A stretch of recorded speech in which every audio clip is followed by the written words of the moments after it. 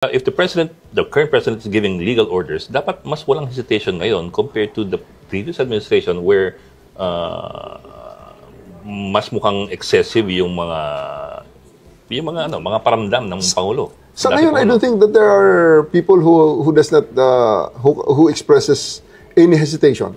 Walang ganon. Dito sa mga utos ng presidente natin, 3-minute response, faster police service, huwag pasapasahan ng ating mga police. Wala tayong ganon. As compared sa last administration, di ba may isang chief of police na talaga na-publicize pa na hindi ako papatayin ng tao. There was somebody who actually voiced that concern na hindi ako papatayin ng tao.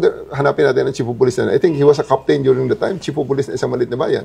So, may ganun ka expressed na opinion during the time.